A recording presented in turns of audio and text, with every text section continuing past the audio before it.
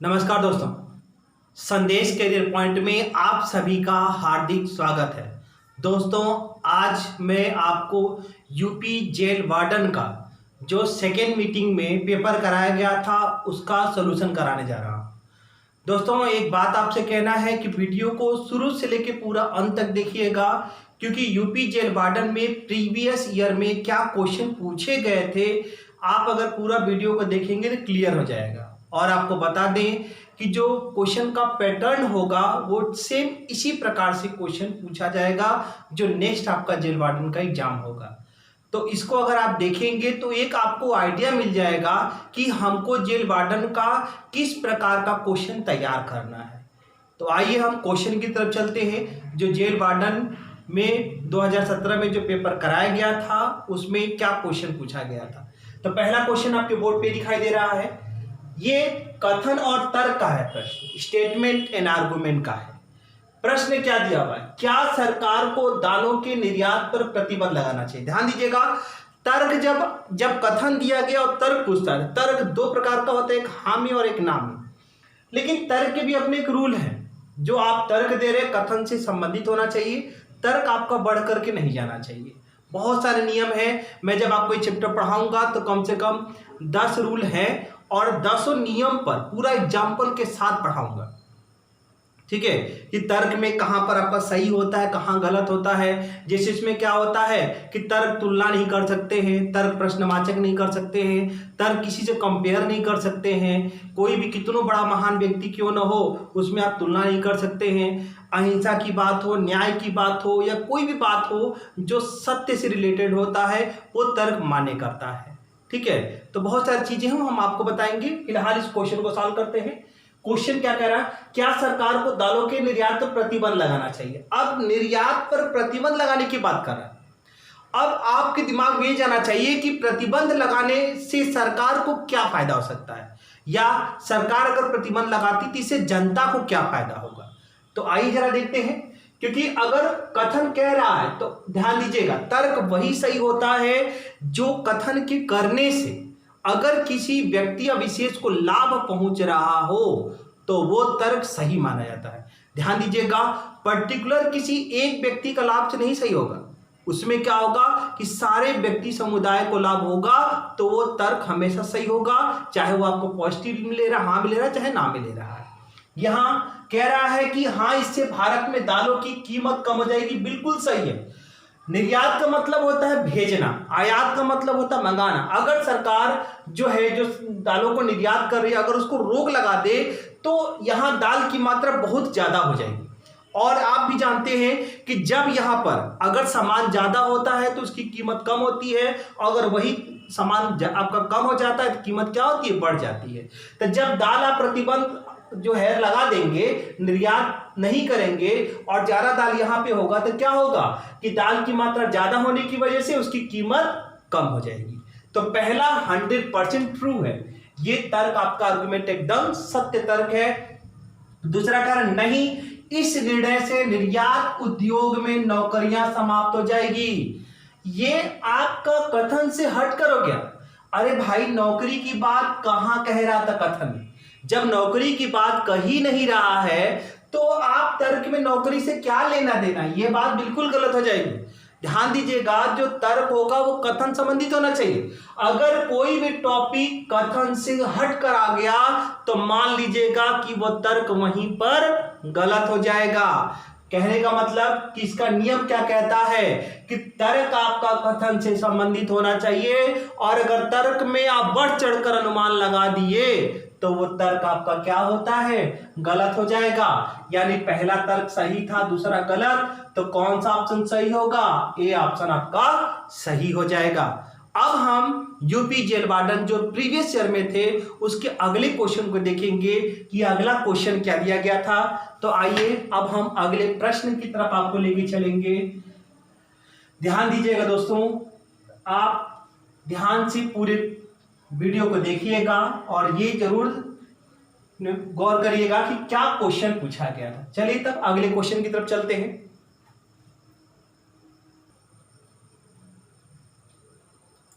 आइए अगला प्रश्न देखते हैं। अगला प्रश्न क्या है ये भी कथन और तर्क दिया हुआ है। क्या अंतरजातीय विवाह को भारत में प्रोत्साहित किया जाना चाहिए? ध्यान दीजिएगा, बहुत ही इंपॉर्टेंट पॉइंट बताने जा रहा हूं। अगर कथन और तर्क दिया गया होगा तो आप ये देखिएगा कि जो कथन दिया गया है, क्या तर्क में जो हम पढ़ रहे हैं उस तर्क में क्या किसी व्यक्ति को लाभ पहुंच रहा है? क्या उस कथन के द्वारा जो तर्क कहा जा रहा है, अगर तर्क से किसी व्यक्ति या विशेष को लाभ पहुंचेगा तो वो तर्क हमेशा सही माना जाएगा। अब यहां बात करने हैं कि दो तर्क हैं, दोनों तर्क में किस तर्क में लाभ पहुंच रहा है। तो पहला ध्यान दीजिए, कह रहा है हां यह जाति व्यवस्था को समाप्त कर देगा। यह बिल्कुल सही बात है। अगर कथन के हिसाब से क्या अंतरजातीय विवाह को भारत में प्रोत्साहित किया जाना चाहिए? अंतरजातीय का मतलब क्या होता है कि जैसे एक जात का शादी दूसरे में करा देना, दूसरे में जैसे मान लीजिए कि जैसे मान लीजिए यादव है, ठीक है, उसकी शादी आप किसी अन्य में करा दीजिए, जैसे प्रजापति में करा दिए, ठाकुर में करा दिए, या पंडितों का ठाकुर में करा दिए, ठाकुर का पंडित में करा दिए, उसी तरीके से अंतरजातीय विवाह, ठीक है ना। तो इसको कराने से क्या होगा कि जो जाति व्यवस्था, आप देखेंगे कि हमारे भारत में जाति व्यवस्था बहुत ज्यादा व्याप्त है, लोग जाति व्यवस्था ज्यादा अपनाते हैं, ठीक है ना। तो क्या होगा इससे कि यह जाति व्यवस्था को समाप्त कर देगा। ये बात बिल्कुल सही हो जाएगा। लोग जाति व्यवस्था को समाप्त करके क्या करेंगे? अपने आप को बोलेंगे मैं भारतवासी हूं। अभी क्या देख रहे हैं कि लोग कहते हैं फलाना कि मैं पंडित हूं, ठाकुर हूं, मैं यादव हूं, मैं प्रजापति हूं, अलग अलग बातें अपना करते हैं, ठीक है ना। ये जो कि ये गलत है। अगर ऐसा करेंगे तो यह जाति व्यवस्था को क्या करेगा? समाप्त कर देगा। पहला बिल्कुल सही है। दूसरा कह रहा नहीं, यह हमारी भारतीय परिवार प्रणाली को नष्ट कर देगा। क्या ऐसा होता है क्या? अंतरजातीय विवाह से भारतीय प्रणाली जो परिवार दे रखा है, क्या वो समाप्त हो जाएगा? बिल्कुल नहीं, ये नुकसान हो रहा है ना, ये गलत है। आप देखेंगे कथन से हट करके बात कहेगा तो तर्क हमेशा गलत होगा, क्योंकि मैं आपको पहले ही बता दिया कि जो बात हट करके या बढ़ चढ़ के कही गई हो तर्क में, तो वो तर्क हमेशा गलत हो जाता है। तो इसमें पहला तर्क सही होगा, दूसरा गलत, यानी ऑप्शन क्या होगा?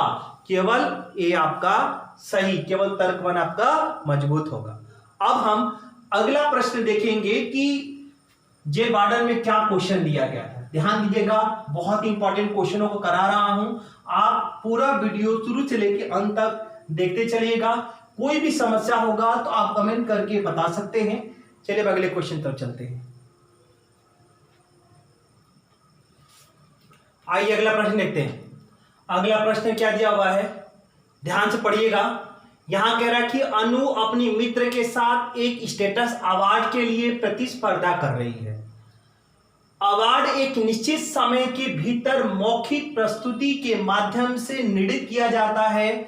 अनु समय सीमा में अपनी प्रस्तुति पूरी करती है और उसकी मित्र को जूरी द्वारा निश्चित समय से अधिक समय तक बोलने की अनुमति दी जाती है।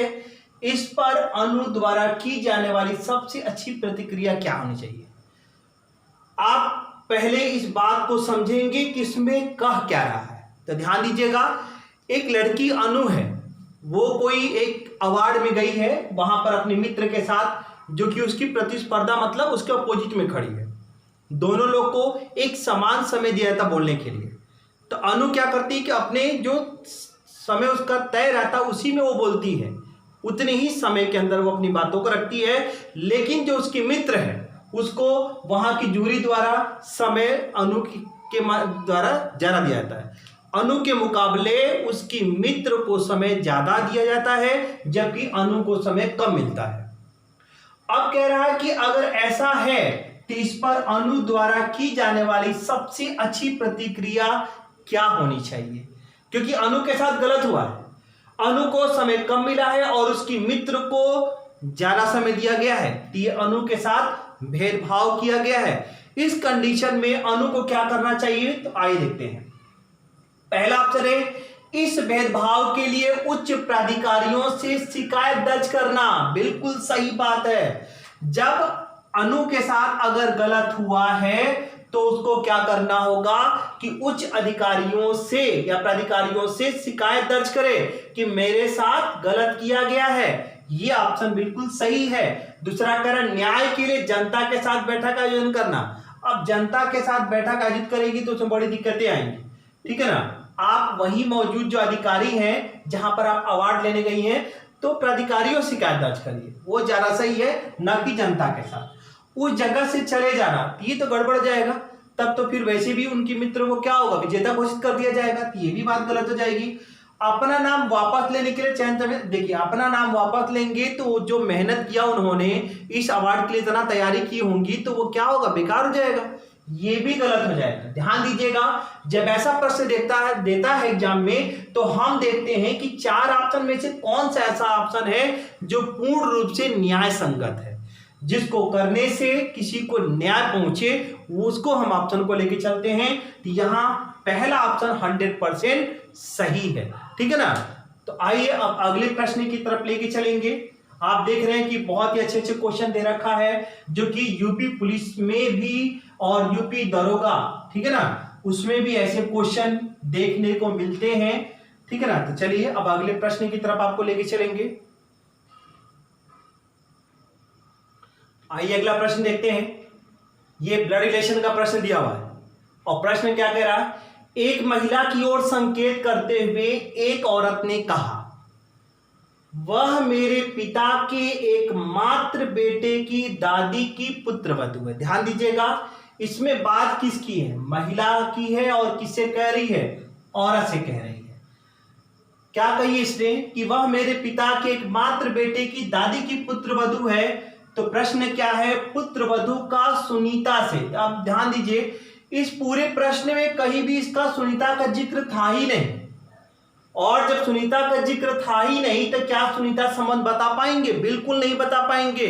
और ऐसे प्रश्न पे समय देने के लिए कोई आवश्यकता की जरूरत नहीं है, आप सीधा डी ऑप्शन टिक करके क्या करेंगे, आगे बढ़ जाएंगे, क्योंकि बात यहां पर महिला और औरत की थी, यहां पर ये सुनीता कहां से आ गई, ऑप्शन गलत है, आपका डी ऑप्शन क्या होगा, सही उत्तर होगा। चलिए अब अगले प्रश्न की तरफ लेके चलेंगे। ध्यान दीजिए, क्वेश्चन अगर लगाने की आवश्यकता नहीं है तो उसको लगाने का कोई फायदा नहीं, आप जल्दी से क्या करेंगे, उसको पढ़ करके आगे बढ़िए। चलिए अब अगले प्रश्न की तरफ चलेंगे। आइए अगला प्रश्न देखते हैं। ब्लड रिलेशन का प्रश्न दिया हुआ है, एक लड़की एक लड़के को अपनी मां के भाई के पुत्र के रूप में पेश करती है, लड़का का लड़की से क्या संबंध है। और ये 4 ऑप्शन आपके सामने दिए हुए हैं। तो क्वेश्चन क्या कह रहा है, पहले उसको देखते हैं। एक लड़की, तो पहले ये लड़की बना लेंगे, एक लड़की एक लड़के को, यहां पर हमने लड़का ले लिया। कहा क्या रहा है, एक लड़की एक लड़के को अपनी मतलब खुद की, तो अपनी मां की, मां का मतलब एक पीढ़ी का अंतर, अपनी मां के भाई के, तो यहां भाई बना लेंगे, मां के भाई के पुत्र के रूप में पेश करती है, मतलब ये लड़का क्या होगा, थोड़ा सा और बड़ा कर लीजिए, ये इनके भाई है, ये इनका क्या होगा, ये लड़का पुत्र हो जाएगा, ठीक है ना। एक लड़की जो है एक लड़के को अपनी मां के भाई के पुत्र के रूप में पेश करती है। क्वेश्चन क्या है, लड़के का लड़की से, देखिए लड़की के साथ का लगा हुआ है और लड़की के साथ से लगा हुआ, तो से चलते हैं का की तरफ, जिसके साथ का लगता है वही हमारा उत्तर होता है। ब्लड रिलेशन में से का की तरफ चलते और जिसके साथ का लगता है वही हमारा उत्तर होता है। इन दोनों में अगर संबंध देखें तो समान पीढ़ी का है, और समान पीढ़ी का मतलब इन दोनों में भाई बहन का ऐसा मतलब लड़का ये भाई लगेगा। तो पहला पिता गलत, भतीजी भांजी गलत, चाचा ताऊ फूफा मामा गलत, यहां देखेंगे पैतृक या मातृक भाई है, तो ये ऑप्शन क्या होगा, सही हो जाएगा। तो ध्यान दीजिएगा, ब्लड रिलेशन क्वेश्चन था, बड़ा ही आसान था, अगर आप ब्लड रिलेशन जानते होंगे तो कोई समस्या नहीं आएगी। लेकिन अगर ब्लड रिलेशन में थोड़ी भी दिक्कत है तो रीजनिंग का किताब उठाइए और सारा ब्लड रिलेशन का क्वेश्चन को लगा डालिए, ताकि जेल वार्डन में ब्लड रिलेशन के प्रश्न आप देख रहे हैं 2-2 3-3 क्वेश्चन आ रहे हैं, वो गलत नहीं होना चाहिए। अब आइए हम अगले प्रश्न की तरफ लेके चलेंगे। यूपीपी जेल वार्डन में देखेंगे कि अगला प्रश्न क्या पूछा गया था। तो चलिए अगले प्रश्न की तरफ। आइए अगला प्रश्न देखते हैं कि जो कि जेल वार्डन का प्रश्न है। निम्न वेन आरेख उन व्यापारियों के बारे में जानकारी दिखाता है जो व्यापार करते हैं। यहाँ तीन चीज की बात है, चावल, गेहूं, चना। मतलब व्यापारी किसका किसका व्यापार करते हैं? चावल, गेहूं और चने का। अब इसमें देखेंगे तो 52 की बात करेंगे केवल चावल का करते हैं, 71 केवल गेहूं का, 65 केवल चना का। लेकिन दो लोग बात करेंगे तो गेहूं और चना दोनों व्यापार करते हैं। 20 लोग चावल और गेहूं दोनों व्यापार करते हैं। 3 लोग चावल और चना दोनों, और 7 ऐसे हैं जो तीनों एक साथ व्यापार करते हैं।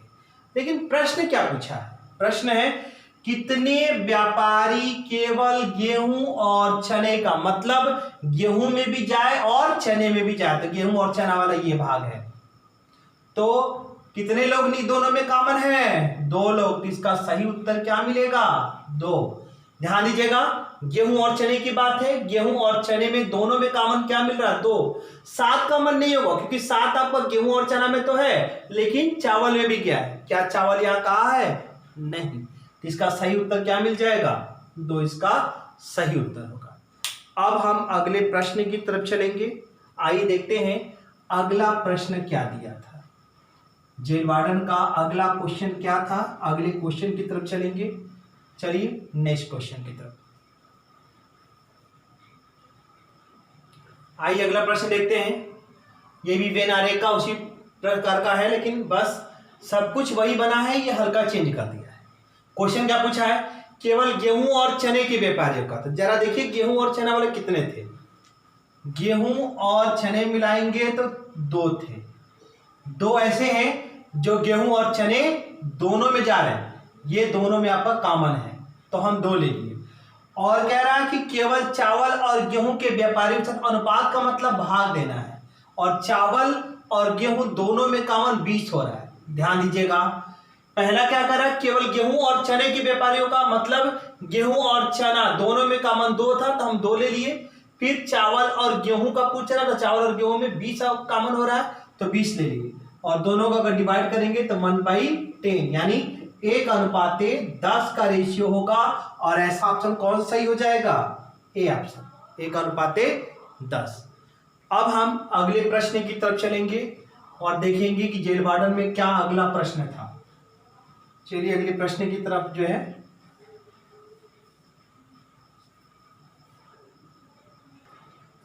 आइए अगला प्रश्न देखते हैं। यह भी वेन आरेख का क्वेश्चन है। यहां क्वेश्चन क्या कह रहा है? केवल चावल और गेहूं के व्यापारियों की संख्या। तो चावल और गेहूं दोनों में कॉमन कितना हो रहा है? चावल और गेहूं दोनों में 20 है, तो आप 20 ले लीजिए। इसके बाद क्या बोला है? केवल चावल और गेहूं के व्यापारियों की संख्या का केवल चने के व्यापारियों के साथ। तो केवल चना, ध्यान दीजिएगा, केवल चना 65 लोग हैं, क्योंकि ये जो 65 लोग हैं ये आपका सिर्फ चने में रहेंगे, ये गेहूं और चावल में नहीं जाएगा। तो केवल चना की बात करते हैं तो 65 होगा, केवल गेहूं की बात करेंगे तो 71 होगा, और केवल चावल की बात करेंगे तो 52 होगा। क्या चने की बात बोला है तो बटे में क्या करेंगे? 65 कर देंगे, ठीक है ना। अब इसको जरा काट के देखिए, 5 चौके 20, 5 एकम 5, ठीक है, 1 बचा, 5 के 15, 4:13 का रेशियो होगा, 4:30। और ऐसा ऑप्शन कौन सा होगा? सी इसका सही उत्तर होगा। अब हम अगले प्रश्न की तरफ चलेंगे। जेल वार्डन के अगले प्रश्न की तरफ आपको ले चलेंगे, देखेंगे अगला प्रश्न क्या दिया था।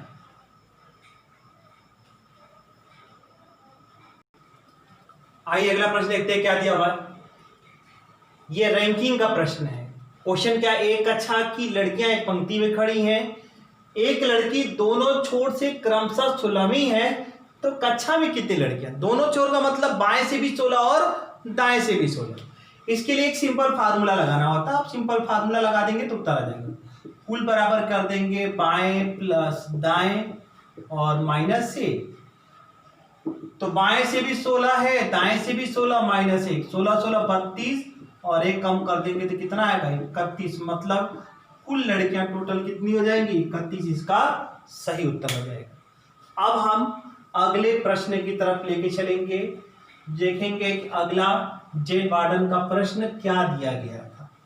चलिए अगले प्रश्न की तरफ। आइए अगले प्रश्न की तरफ चलते हैं। ये भी रैंकिंग का दिया हुआ है।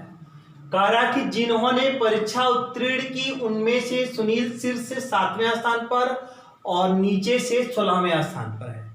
तो कुल पास कितने में, कुल उत्तीर्ण पहले निकाले क्योंकि उत्तीर्ण का स्थान दे रखा है।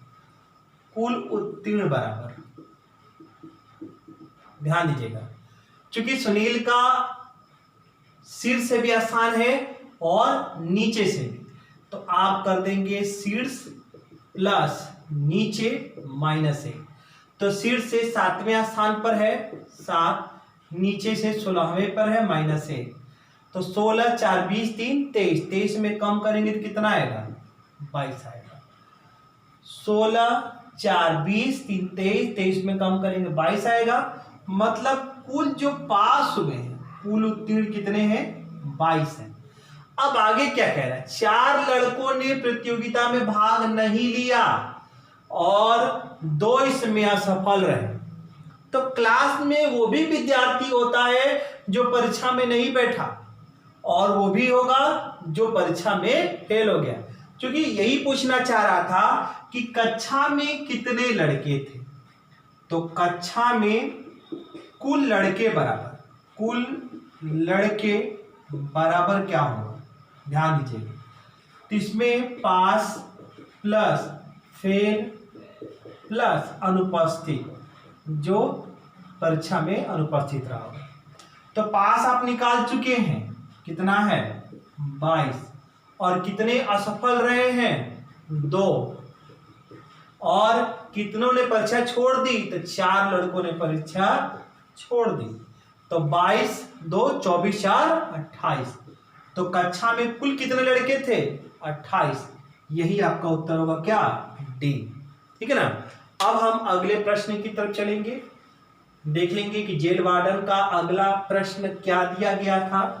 ध्यान से पूरा वीडियो देखिएगा, क्वेश्चन बड़े इंपॉर्टेंट है और आपको ये भी अंदाजा लगेगा कि किस चैप्टर से कितना क्वेश्चन उठा रहा है, तो उसी चैप्टर को आप अच्छे से लगा लेंगे। आइए जेल वार्डन का अगला प्रश्न देखते हैं। अगला प्रश्न क्या है, लड़कों की एक पंक्ति में विजय बाएं छोर से 10वें स्थान पर और विक्रम दाएं छोर से 7वें स्थान पर है। अगर विजय और विक्रम के बीच 11 लड़के हैं तो पंक्ति में कितने लड़के हैं। ध्यान दीजिएगा, यहां पर 2 कंडीशन बनता है, मैक्सिमम और मिनिमम। जब मिनिमम पूछा होता तो यहां लिखा होता कम से कम कितने लड़के, लेकिन कम से कम नहीं लिखा है, तो इसका मतलब यहां पर आपको मैक्सिमम कंडीशन बताना है। और मैक्सिमम कंडीशन निकालने के लिए सिंपल करना क्या होगा कि आप कुल लड़के पूछा है, कुल लड़के, तो इसके लिए क्या करेंगे कि विजय बाएं छोर से 10वां है तो 10 ले लेंगे, और विक्रम दाएं छोर से 7वां है तो +7 कर देंगे, और विक्रम और विजय के बीच में 11 लड़के हैं तो +11 कर देंगे, और सबको जोड़ेंगे तो 11 10 21 21 7 कितना हो जाएगा 28। यानी पंक्ति में कुल लड़कों की बात करेंगे तो कितना हो जाएगा 28 हो जाएगा, और यही इसका उत्तर होगा। अब हम अगले प्रश्न की तरफ आपको लेके चलेंगे। चलिए अगला प्रश्न देखते हैं जेल वार्डन का क्या है।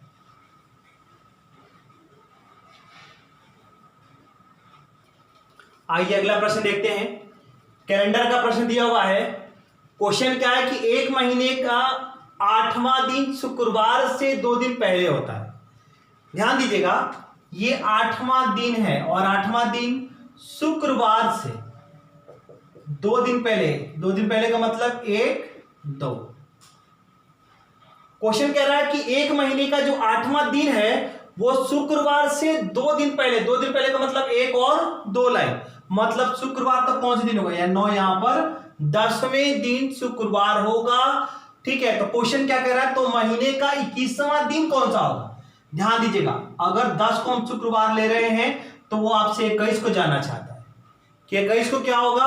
तो एक काम कर लीजिए, ठीक है ना, 10 में अगर 7 बढ़ाएंगे 10 7 17 को भी क्या होगा, शुक्रवार हो जाएगा। और अगर 17 को शुक्रवार होता है तो 18 को क्या होगा, शनिवार, 19 को रविवार, 20 को सोमवार, और 21 को क्या हो जाएगा, मंगलवार। यही आपका उत्तर होगा, बी ऑप्शन। या तो एक काम और कर सकते थे कि 10 को शुक्रवार था, 21 को बताना था, तो 21 में 10 माइनस करते 11, 7 से भाग अगर देते तो 4 आता, और 4 का मतलब कि बाद के लिए क्या करते हैं, कैलेंडर हम आपको पढ़ा चुके हैं, शुक्रवार में +4 जोड़ेंगे तो शनि रवि सोम मंगल, ये आपका उत्तर आता है। अगर ये कैलेंडर का क्वेश्चन ना समझ में आ रहा हो तो मैंने कैलेंडर का वीडियो डाल रखा है, आप हमारे जो यूट्यूब चैनल संदेश कैरियर पॉइंट है उस पर जाकर भी कैलेंडर पूरा पढ़ सकते हैं, कोई समस्या नहीं आएगी। आइए अब अगले प्रश्न की तरफ आपको लेके चलते हैं कि देखते हैं जेल वार्डन का अगला क्वेश्चन क्या दिया गया था, और ये सब सारे क्वेश्चन बड़े इंपॉर्टेंट है, इसलिए ध्यान से समझते चलिएगा। आइए अगला प्रश्न देखते हैं, ये भी कैलेंडर का दिया हुआ है। यदि 1 मई को मंगलवार है तो 1 जून को क्या होगा, ध्यान देते हैं। देखिएगा प्रश्न को, चाह रहा है कि 1 मई को अगर मंगलवार है तो 1 जून को क्या होगा। अब 1 मई से लेकर के 1 जून तक कुल कितना दिन होगा ये ध्यान देना होगा। मई का महीना होता है 31 का, क्योंकि 1 तारीख को तो दे ही रखा है, अगर 1 के बाद चलेंगे तो 2 3 4 5 6 कहां तक पहुंचेंगे, 31 तक। तो मई में कितना और शेष है, तो 31 में 1 माइनस करेंगे, टोटल मई में कितना बचा, 30 दिन। ध्यान दीजिएगा, मई में अभी भी 30 दिन हमको बचा, क्योंकि 1 मई को आपका मंगलवार दे रखा था, और 1 के बाद 1 को छोड़ देंगे तो 2 3 4 5 6 7 पूरा 31 तक गिनते जाएंगे तो 30 और आपको आएगा। और चूंकि 1 जून को बताना है तो ये 1 जो दे रखा हम इसको जोड़ लेंगे, क्योंकि जून में सिर्फ 1 दिन आपको लेना था। 30 में 1 जोड़ेंगे तो कितना आएगा, 31, और 7 से भाग देंगे, 7 चौक 28, 11 में 8 जाएगा, 3 आएगा। क्योंकि मई पहले का है, जून बाद का है, तो बाद के लिए प्लस करते हैं और पहले के लिए माइनस करते हैं। तो मंगलवार में 3 जोड़ेंगे, और मंगलवार में 3 जोड़ेंगे तो बुधवार, बृहस्पतिवार और क्या आ जाएगा, शुक्रवार, ये इसका उत्तर होगा। यानी ऑप्शन नंबर क्या होगा, 20 का सही उत्तर होगा। अब अगले प्रश्न की तरफ चलते हैं, आइए देखते हैं अगला क्वेश्चन क्या दिया गया था।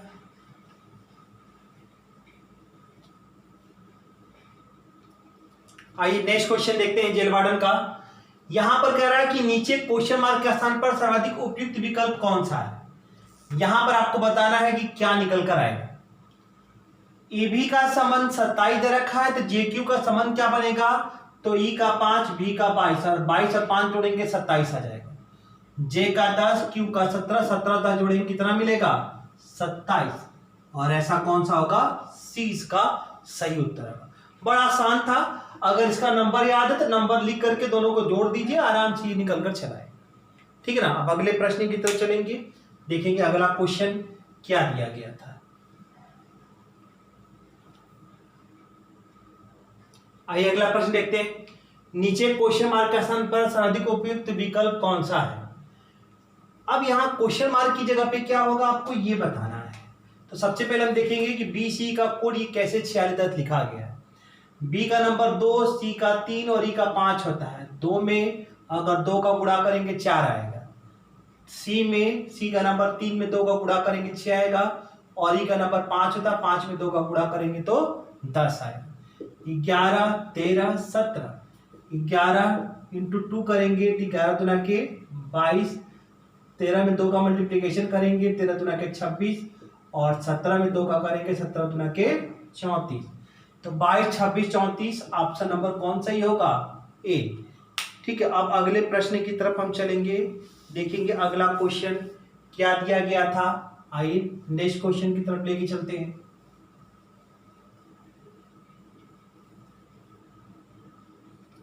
आइए अगला प्रश्न देखते हैं, उस विकल्प का चयन करना है जो कि तीसरे पद से ठीक उसी प्रकार संबंधित है जैसे कि दूसरा पद पहले संबंधित है, ठीक है ना। तो यहां देखिए, ज्योतिष शास्त्र का संबंध भविष्य है, तो ज्योतिष शास्त्र में भविष्य का अध्ययन किया जाता है, उसी प्रकार से वनस्पति शास्त्र में पौधे का अध्ययन किया जाता है, ठीक है ना। तो ऑप्शन क्या होगा इसका, ए सही आंसर हो जाएगा। अब हम अगले प्रश्न की तरफ आपको लेके चलेंगे। अगला प्रश्न क्या दिया गया था, आइए अगला प्रश्न देखते हैं। निम्न अक्षर श्रृंखला में आगे क्या आएगा आपको बताना है। यहां पर ध्यान दीजिएगा, 2 में 2 जोड़ करके 4 लिखा है, 4 2 6, 6 2 8, तो 8 2 कितना हो जाएगा 10 का मतलब जी आएगा। 5 2 7 2 9 2 11 2 क्या होगा 13 का मतलब एम आएगा। यहाँ 8 2 10 होगा, 10 2 12 होगा, 12 2 14 होगा और 14 में 2 जोड़ेंगे 16 का मतलब पी। इसका उत्तर जे एम पी आएगा और ऐसा कौन सा है डी ऑप्शन इसका सही उत्तर हो जाएगा। अब आइए अगला नेक्स्ट क्वेश्चन देखते हैं। इससे बड़ा आसान आसान क्वेश्चन है, ठीक है ना। अगला देखते हैं क्या वो भी आसान है ऐसे कुछ कठिन है। आइए अगला प्रश्न देखते हैं। निम्न अक्षर श्रृंखला में आगे क्या आएगा, देखते हैं। यहाँ पर 1 में 4 जोड़ेंगे तो 5 आएगा, 5 4 9, 9 6 15, तो अगला 15 प्लस 6 जोड़ेंगे कितना आएगा 21 हो जाएगा। यहाँ 21 में 6 कम करेंगे तो 15, 15 में 6 कम करेंगे तो 9, और 9 में 4 कम के 5 लिखा है तो 5 में 4 कम करेंगे तो क्या आएगा ए आएगा। इसका उत्तर क्या होगा यू और ए आएगा। अब अगले प्रश्न की तरफ आपको ले चलेंगे। आइए अगला प्रश्न देखते हैं। जेल वार्डन का क्या अगला क्वेश्चन दिया गया है। आइए अगला क्वेश्चन देखते हैं। निम्न अक्षर श्रृंखला में आगे क्या आएगा, और इसको अगर लगाने के लिए देखेंगे तो सी का नंबर 3 3 3 6 6 3 9, तो 9 3 कितना होगा 12 का मतलब एन हो जाएगा। यहाँ 6 3 9, 9 3 12 और 12 में 3 जोड़ेंगे तो 15, एल और ओ बी ऑप्शन क्या होगा इसका सही उत्तर आएगा। अब हम अगले प्रश्न की तरफ चलेंगे और देखेंगे कि नेक्स्ट क्वेश्चन क्या है जेल वार्डन का। अगला प्रश्न है निम्न संख्या श्रृंखला में आगे क्या आएगा, और यहां देखेंगे 12 23 34 45 क्वेश्चन मार्क है, तो 12 में 11 जोड़ेंगे 2 1 3 1 1 2 ना, और 23 में 11 जोड़ेंगे कितना आएगा 3 1 4 2 1 3, यहाँ 34 में 11 जोड़ेंगे 4 1 5 और 3 1 4, तो 45 में 11 जोड़ेंगे 5 1 6 और 4 1 5 56 आएगा। यानी इसका उत्तर क्या होगा सी निकल कर आएगा। अब नेक्स्ट प्रश्न की तरफ लेके चलेंगे आपको और देखते हैं अगला क्वेश्चन क्या दिया गया है। आइए अगला प्रश्न देखते हैं। निम्न संख्या श्रृंखला में आगे क्या आएगा, और यहां देखेंगे तो 151 7 181 10 211 4 और 241 क्वेश्चन मार्क है। तो एक बात ध्यान दीजिएगा, एक दे रखा है प्लस 5 कर देंगे प्लस यहाँ पर 1 करेंगे तो 5 6 क्या होगा 7 इसके बराबर आ जाएगा। उसी तरीके से यहाँ देखेंगे 181 है तो पहले 1 उतार लीजिए प्लस 8 उतार लीजिए प्लस 1, 8 1 9 1 10। यहाँ अगर हम देखेंगे तो 2 प्लस 1 प्लस 1, यहाँ हम क्या करें कि सब में बीच में ही प्लस कर दे रहे हैं। उसी तरीके से यहाँ भी था और उसी तरीके से यहाँ भी था, तो 2 1 3 1 4, यहाँ भी वही काम करना है 2 प्लस 4 प्लस 1, तो 4 2 6 कितना होगा 7, यानी उत्तर क्या मिलेगा आपका सी। अब हम अगला प्रश्न देखेंगे। नेक्स्ट क्वेश्चन क्या दिया गया है।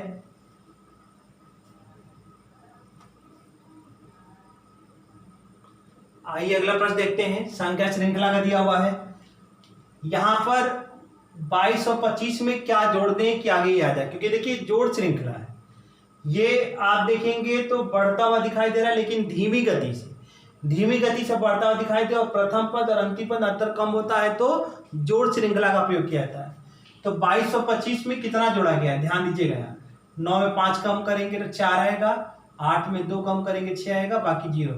64 जोड़ा गया है, यहाँ देखेंगे कि 11 में 9 आ जाएगा, 2 और 5 यानी मतलब 72 जोड़ा गया है। तो ध्यान दीजिएगा 64 और 72 में कितने का अंतर है 8 का, 64 से 70 2 72, तो 72 में अब क्या यहाँ 80, 8 और जोड़ेंगे तो 80 आएगा, और 80 को आप 2361 में जोड़ेंगे क्योंकि यहाँ से 2361 में 80 आगे बढ़ाना होगा। तो ध्यान दीजिएगा 1 8 6 14 3 1 4 और 2 2441, और 2441 कौन सा होगा डी ऑप्शन इसका सही उत्तर होगा। अब नेक्स्ट प्रश्न की तरफ चलते हैं। आइए देखते हैं अगला क्वेश्चन क्या दिया गया है। आइए अगला प्रश्न देखते हैं। ये भी संख्या श्रृंखला का दे रखा है, और अगर इसको सॉल्व करें तो 315 में 2 जोड़ेंगे 317 आएगा, और 317 में कितना जोड़ेंगे 5, क्योंकि 17 3 20 2 22 होगा, और 322 में 7 जोड़ेंगे 329, और यहाँ 11 जोड़ेंगे तब क्या होगा 340। तो ध्यान दीजिएगा यहाँ 2 5 7 11, ये एक अभाज्य संख्या जुड़ता जा रहा है, तो अगली अभाज्य संख्या क्या मिलेगी, 13 मिलेगा ना। अभाज्य का मतलब एक से बड़ी वे संख्या है जो या तो खुद से कटे या तो एक से कटे, और इसको अगर जोड़ेंगे तो 3 4 1 5 और 3 कितना आएगा 353। बी ऑप्शन इसका सही उत्तर हो जाएगा। अब हम अगले प्रश्न की तरफ चलेंगे और देखेंगे इसका अगला प्रश्न क्या दिया गया था। नेक्स्ट आइए अगला प्रश्न देखते हैं। यह डायरेक्शन का प्रश्न दिया गया है और क्वेश्चन कह रहा है दक्षिण पूर्व की ओर मुख्य एक व्यक्ति 45 डिग्री पर घड़ी की सुई की दिशा मुड़ जाता था। पहले दिशा बना लेते हैं, पूरब पश्चिम उत्तर दक्षिण। ये होता आपका उत्तर पूरब, इसको बोलते हैं दक्षिण पूरब। ये क्या होता है दक्षिण पश्चिम, और ये होगा आपका उत्तर और पश्चिम। और वो व्यक्ति किधर मुख किया हुआ है, दक्षिण पूरब की तरफ। अगर इस बात को ध्यान दें तो वो दक्षिण पूरब की तरफ मुख किया है, और यहां से 45 डिग्री घड़ी की सुई की दिशा में, घड़ी जब भी घूमेगी तो इसी को बोलते हैं घड़ी की सुई की दिशा, दक्षिणावर्त। तो घड़ी की सुई की दिशा मुड़ने का मतलब दाएं मुड़ना, और यहां से 45 डिग्री अगर घड़ी की सुई मुड़ेगा तो कहां जाएगा, दक्षिण में। और यहां से ध्यान देंगे तो 180 डिग्री फिर घड़ी की सुई की दिशा में, मतलब दाएं मुड़ रहा, और यहां से 180 डिग्री और मुड़ेंगे तो 45 90 135 और 180 डिग्री कहां पहुंच गए, उत्तर में। ये इसका आंसर होगा। या तो एक काम कर सकते थे, 45 डिग्री भी घड़ी की सुई की दिशा में था और 180 डिग्री भी घड़ी की सुई की दिशा में था, तो घड़ी की सुई की दिशा में कुल कितना घुमा, 5 8 4 12 और 1 1 2 225 डिग्री। और किधर मुंह करके खड़ा था वो, दक्षिण पूर्व में। तो यहां से 225 डिग्री घड़ी की सुई की दिशा में चलना था।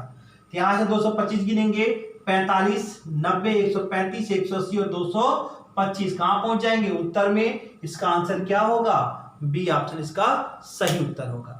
अब हम अगले प्रश्न की तरफ लेके चलेंगे जो जेल वार्डन में पूछा गया था। तो चलिए इसके अगला क्वेश्चन देखते हैं क्या दिया गया था। आइए अगला प्रश्न देखते हैं। यह भी डायरेक्शन का दे रखा है। क्वेश्चन क्या कह रहा है, अतुल उत्तर की ओर 5 किलोमीटर चलता है। मान लीजिए यह प्रारंभिक बिंदु है, यहां से उत्तर की ओर कितना चलता है, 5 किलोमीटर, और फिर अपने बाईं ओर मुड़ जाता है। यहां मैं उत्तर में खड़ा हूं तो मेरा बायां इधर होगा और दायां इधर होगा, तो ये बायां मोड़ दीजिए। कितना चला है, 3 किलोमीटर, और 5 किलोमीटर चलता है किधर, दाईं ओर मुड़कर। इसके बाद क्या, दाईं ओर मुड़ जाता है और 5 किलोमीटर चलता है। अब मैं इधर मुड़ किया हूं और यहां से नीचे बायां होगा, ऊपर दायां, तो ये दायां कहां जाएगा, ऊपर, और कितना चला है, 5। कह रहा है कि अब आरंभिक बिंदु से किस दिशा में है, तो यहां से आपको ये दिशा बताना है। ध्यान दीजिएगा, सामने उत्तर है, लेकिन अगर इधर आएंगे, ठीक है ना, तो क्या दिशा होगा, देखिए ये उत्तर होगा, नीचे दक्षिण जाएगा, इधर पूरब होगा, और यहाँ पर क्या होगा, पश्चिम होगा। तो ये दिशा जो जाएगा, एक तो उत्तर की तरफ झुका, दूसरा किधर है, पश्चिम की तरफ। तो आपका उत्तर क्या आएगा, उत्तर और पश्चिम, यानी बी ऑप्शन क्या होगा, सही उत्तर आएगा, उत्तर और पश्चिम। अब नेक्स्ट प्रश्न की तरफ आइए देख चलते हैं, देखते हैं अगला प्रश्न क्या दिया गया था जो है।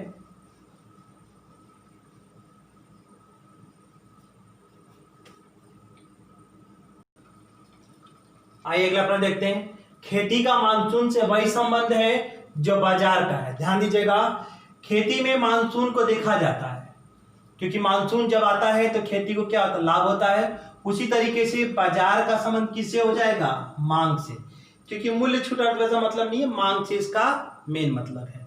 इसका सही ऑप्शन क्या होगा, ए हो जाएगा।